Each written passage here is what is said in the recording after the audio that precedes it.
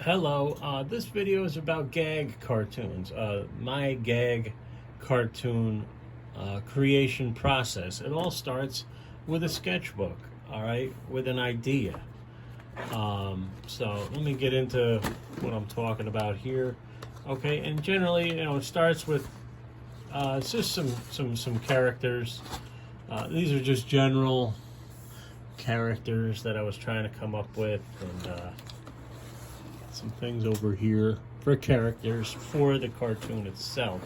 But it usually starts with a setting and a thumbnail sketch. A thumbnail sketch is just what it says about the size, I don't know, of a thumbnail. But very quick sketch. But here I put some general cliche type of settings just to get, the cartooning creativeness flowing, limbering up. So I had a cliff here. I had a nice water scene here.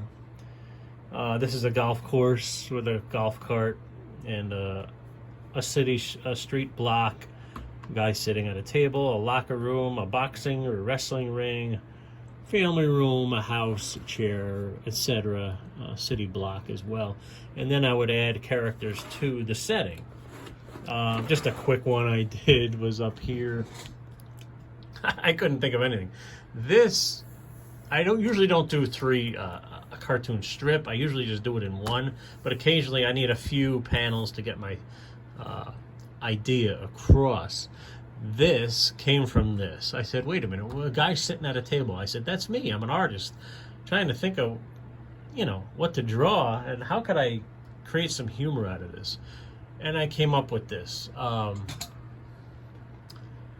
Here he is saying, decisions. I have decided to stay seated in this chair. And that's the gag, Another one I came up with here is some birds. I sit in my yard a lot reading and looking at books on cartooning and the cartoonists I really like. And there's always birds in my yard, and I watch them. So I threw some bread out there, some old English muffins, and I saw them kind of fighting over it. And I thought, like, what could happen? And this one takes it, and this one says, hey, but I was here first. And these are just penciled in quick ideas. And over here, what happens is he's got the bread in his mouth. Here's some claws coming down out of the upper part of the scene, and he's snatched away by a bigger bird. And he's happy, smiling, because he gets the bread.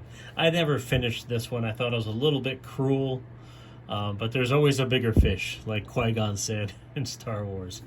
This was another idea I had. Guy, I had to donate some clothes. My girlfriend, she gave me some clothes to donate, so I went and donated them. And then the box was full. I was really mad, so I had to drive to another site to use the donation drop. But here is a guy. He's popping his trunk. There's something in the trunk, and here he is. This is wheeling his wife into the donation drop box. Never finished that one, but here's where I finished this one. But this one, I'll tell you what I'm going to do with this one up here.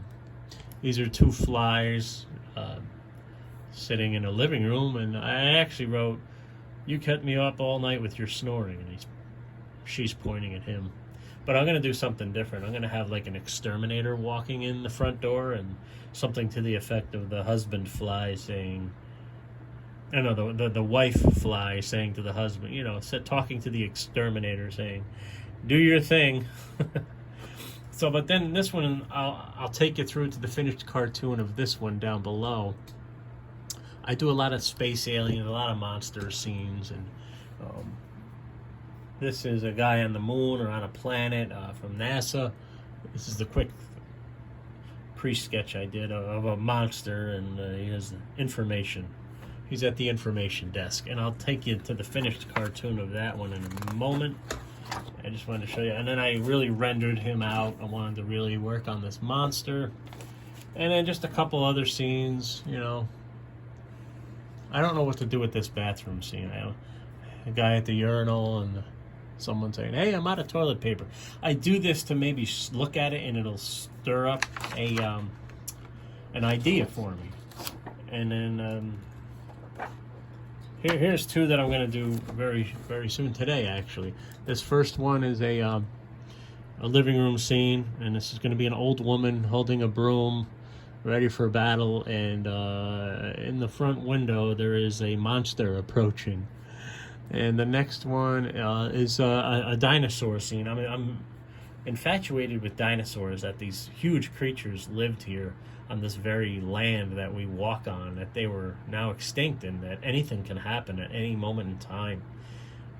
So this was a little Tyrannosaurus Rex brother and sister feasting on their kill, and the mother steps in to say, "Leave some for your sister." Okay, I'm going to take you to the finished cartoon now of the alien information desk. Okay, here we go. Okay, here's the finished cartoon. I keep these in binders, and so this is my finish. I inked it and colored it with a little shading with a Prismacolor art stick, and I really like the way this one came out. It really reads well. I'm really proud of it, and that's that one. That's what the finish looks like. This one, again, is I usually don't do panels, but I needed to get my point across of a guy on the beach with a big stomach like myself. Nice attractive lady walks by. He sucks it in. Unfortunately, his chair starts to wobble as he sucks it in, and his belly's so big it pushed him over and he went splat on the beach. And of course the big gag is the crab laughing away. So these are some of my finished cartoons. I really like this one. Lady it's a drugstore scene in the sales, and she sees she needs stool softeners or a laxative, and then they got one that says, "Get ready for blast off."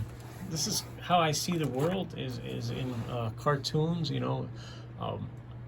I don't have the gift of gab, and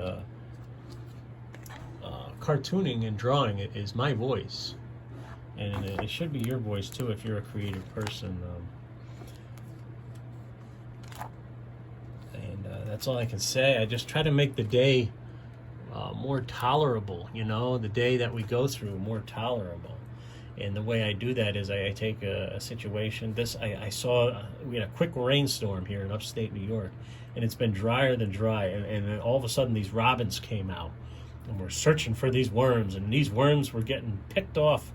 And I felt bad for the worms. I'm like, man, this poor worm's underground his whole life. He comes up for some water when it rains out, and boom.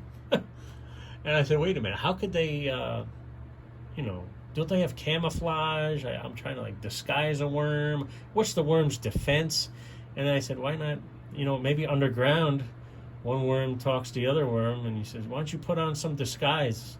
And he says to him, he will never notice. Of course the bird's going to notice. This guy's laughing at him because he's going to get eaten as soon as he goes up there. So this is kind of how I see the world, and more alien stuff. So that's my cartoon, gag cartoon process. I really am proud of this one. So let me know what you think.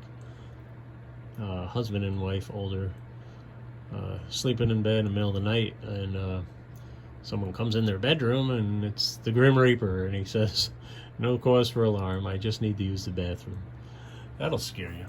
And then this one, I just had an idea for a crazy bug-like creature, and I put him on a park bench, and then a guy was wondering why this big monster came and sat down next to him. I like the weird, the weird stuff. This is a funny one. This guy's waiting to get into Porta-John. My day job, I work on sites like this. I locate underground utilities, and occasionally you need a Porta-John. You gotta go.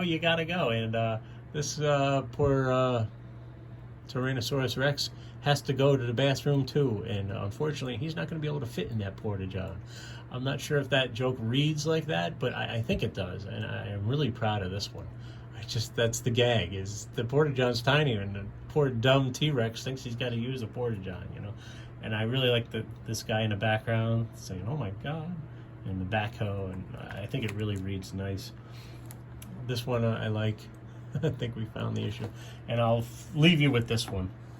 I don't know if this reads very well. You let me know.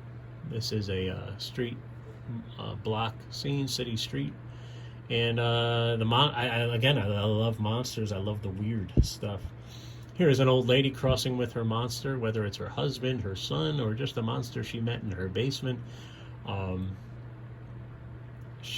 The gag is the crosswalk sign that's flashing is flashing for the monster to cross.